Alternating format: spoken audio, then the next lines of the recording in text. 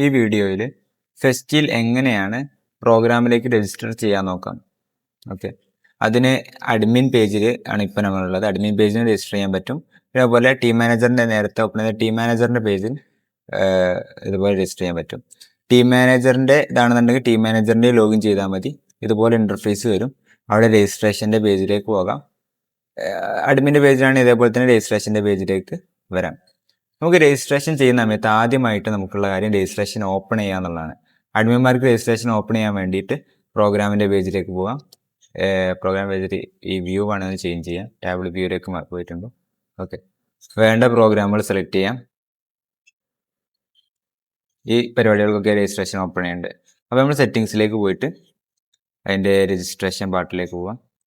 Okay, programme registration tick ഇട്ടു. Programme registration open ആവും. Review changes ഈ പരിപാടികൾക്ക് അപ്ലൈ ആകും. രജിസ്ട്രേഷൻ ഓപ്പൺ ചെയ്യാന്നുള്ളതാണ് ചെയ്യുന്നത്. അപ്ലൈ സെറ്റിങ്സ് കൊടുക്കുക. ഓക്കെ, ഇതിൻ്റെയൊക്കെ രജിസ്ട്രേഷൻ ഓപ്പൺ ആയിട്ടുണ്ടാവും. രജിസ്ട്രേഷൻ്റെ ഭാഗത്തേക്ക് വന്നു കഴിഞ്ഞാൽ ആ പരിപാടിയൊക്കെ രജിസ്ട്രേഷൻ ഓപ്പൺ ആയിട്ട് കാണാൻ കഴിയും. ഓക്കെ, ഈ രജിസ്ട്രേഷൻ ഓപ്പൺ എന്ന് പറഞ്ഞു കഴിഞ്ഞാൽ ഇത് ടീം മാനേജേഴ്സിന് അതിലേക്ക് രജിസ്റ്റർ ചെയ്യാൻ കഴിയും എന്നുള്ളതാണ്. അഡ്മിൻസിന് രജിസ്ട്രേഷൻ ക്ലോസ്ഡ് ആണെങ്കിലും അഡ്മിൻസിന് രജിസ്റ്റർ ചെയ്യാനുള്ള ഓപ്ഷൻ ഉണ്ട്. ഓക്കെ, നമുക്ക് ഒരു പ്രോഗ്രാമിലേക്ക് രജിസ്റ്റർ ചെയ്ത് നോക്കാം. GK ടാലൻ്റ് എടുത്തു, അവിടെ രജിസ്റ്റർ. ഓക്കെ, അവിടെ കുട്ടികളെ ലിസ്റ്റ് ചെയ്യുന്നുണ്ട്. ഒരു കുട്ടി ആഡ് ചെയ്തു, അടുത്ത കുട്ടി ആഡ് ചെയ്തു. ഓക്കെ, 3 കുട്ടികളെയും ആഡ് ചെയ്ത് കഴിഞ്ഞു. ഓക്കെ, 3 ടീമും കുട്ടികളെ ആഡ് ചെയ്ത് കഴിഞ്ഞു. ഓക്കെ, ഇതുപോലെ നമുക്ക് ഓരോ പരിപാടിയും സിമ്പിളായിട്ട് രജിസ്റ്റർ ചെയ്യാം.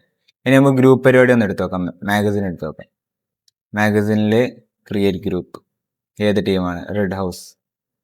ഓക്കെ, റെഡ് ഹൗസിൽ നമുക്ക് ഒരു മെമ്പറുള്ളൂ. ഞാൻ ബ്ലോസ് എടുത്ത് നോക്കാം. ബ്ലോസിൽ കുറേ ആളുകളുണ്ട്. നമുക്ക് അവിടെ നിന്ന് ആരൊക്കെയാണോ ആ പ്രോഗ്രാമിൽ പങ്കെടുക്കേണ്ടത് സെലക്ട് ചെയ്യാം. സെലക്ട് ചെയ്ത് കഴിഞ്ഞാൽ താഴെ ഈ സേവ് ബട്ടൺ വരും. മിനിമം എത്ര? മിനിമം മാക്സിമം ഒരാളെ പാടുള്ളൂ. ഓക്കെ, അങ്ങനെ നമ്മൾ മാഗസിനിൽ കൊടുത്തത്. അപ്പോൾ അതുകൊണ്ട് ഒരൊറ്റ ആളെ നമുക്ക് രജിസ്റ്റർ ചെയ്യാൻ പറ്റുള്ളൂ. ഇവിടെ അതിൽ കൂടുതൽ ആൾക്കാരെ സെലക്ട് ചെയ്ത് കഴിഞ്ഞാൽ ഇവിടെ സേവ് ബട്ടൺ ഡിസേബിൾ ആവുന്ന കാണാൻ കഴിയും. ഓക്കെ, നമുക്ക് വേണമെങ്കിൽ ആളുകളുടെ കൗണ്ട് പ്രോഗ്രാമിൻ്റെ സെറ്റിങ്സിൽ മാറ്റാം. നമുക്ക് ഇപ്പോൾ തന്നെ കാണാം. അവിടെ സേവ് ഗ്രൂപ്പ് കൊടുക്കാം. ഓക്കെ, ഈ ഗ്രൂപ്പ് സേവ് ആയത് കാണാൻ കഴിയും. അങ്ങനെയാണ് ഫെസ്റ്റിവൽ രജിസ്ട്രേഷൻ ചെയ്യുക. ഇനി രജിസ്ട്രേഷൻ ചെയ്യാൻ വേണ്ടി നമുക്ക് പേപ്പറിൽ രജിസ്ട്രേഷൻ ചെയ്യാൻ വേണ്ടി ടീം ഷീറ്റുകൾ എടുക്കാൻ ഇവിടെ ഓപ്ഷൻ ഉണ്ട്. ടീം ഷീറ്റ്സ് എടുക്കാം. ടീം ഷീറ്റ്സിൽ നമുക്ക് ഏതൊക്കെ കാറ്റഗറി പ്രോഗ്രാംസിൻ്റെ ടീം ഷീറ്റ്സ് ആണ് വേണ്ടതെന്ന് സെലക്ട് ചെയ്ത് കൊടുക്കാം. ജനറൽ കാറ്റഗറിൻ്റെ വേണം ജനറൽ, ജൂനിയർ കാറ്റഗറി ഏത് കാറ്റഗറിൻ്റെ ആണോ ആ കാറ്റഗറി സെലക്ട് ചെയ്ത് കൊടുക്കാം. ഇനി ഏതൊക്കെ കാറ്റഗറിത്തെ സ്റ്റുഡൻസ് ആണ് വരേണ്ടതെന്നുള്ളത് നമുക്കിവിടെ സെലക്ട് ചെയ്ത് കൊടുക്കാം. പിന്നെ അതുപോലെ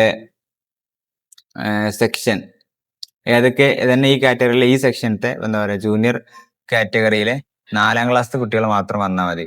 ഞാനെന്നുണ്ടെങ്കിൽ ആ 4ാം ക്ലാസ് മാത്രം സെലക്ട് ചെയ്ത് കൊടുക്കുക. അല്ലെങ്കിൽ ഓൾ സെക്ഷൻസ് കൊടുക്കാം. അതിന് പ്രോഗ്രാമിനൊന്ന് ഫിൽട്ടർ ചെയ്യണമെന്നുണ്ടെങ്കിൽ പ്രോഗ്രാമിൽ സ്റ്റേജ് പരിപാടി മാത്രം വന്നാൽ മതി. അല്ലെങ്കിൽ സ്റ്റേജ് പ്രോഗ്രാം വഴി ടിക്ക് ചെയ്ത് കൊടുക്കാം. ഓക്കെ, പിന്നെ അതന്നെ ഏതൊക്കെ ടീമിൻ്റെ ലിസ്റ്റാണ് നമുക്ക് വേണ്ടത്. ഏതെങ്കിലും ഒരു ടീമിൻ്റെ ലിസ്റ്റ് മാത്രം മതിയെങ്കിൽ ആ ടീം മാത്രം കൊടുക്കാം. എന്നിട്ട് എക്സ്പോർട്ട് ചെയ്യാം. എക്സ്പോർട്ട് PDF, Excel 2 ഓപ്ഷൻ നമുക്കുണ്ട്. ഇത് നമുക്ക് എക്സ്പോർട്ട് ചെയ്തെടുക്കാം. ഓക്കെ, ഇവിടെ ഓപ്ഷൻ വന്നിട്ടുണ്ട്. ഇതുപോലെ നമുക്ക് PDF ആയിട്ടും ഇതേപോലെ Excel ആയിട്ടും എക്സ്പോർട്ട് ചെയ്യാനുള്ള ഓപ്ഷൻ ഇവിടെ ഉണ്ട്.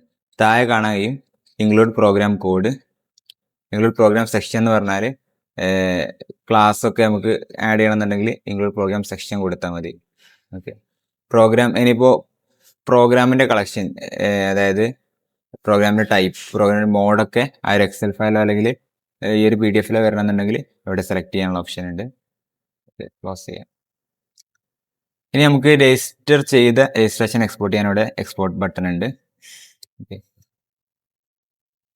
ഇത്രയും കാര്യങ്ങളാണ് രജിസ്ട്രേഷനിലുള്ളത്.